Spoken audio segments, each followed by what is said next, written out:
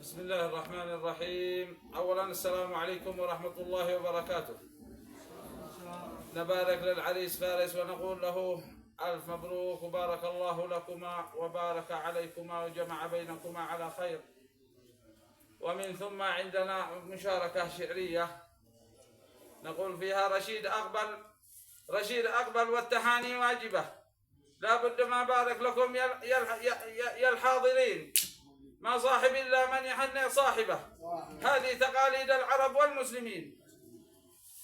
نقول هذه تحية ضاربة للحاضرين اجمع وذيهم غائبين، العرس والأفراح لكم ذي واجبة، وهكذا الأيام تمضي والسنين، دمتم ودامت أفراحكم متعاقبة، وكل حر يهنى سلامي باليمين.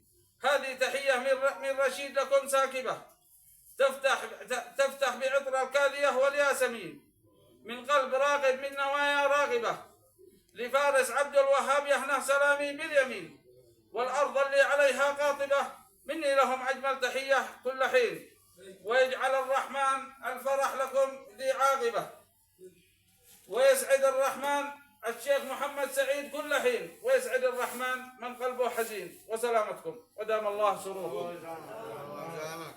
صلى الله عليه وسلم.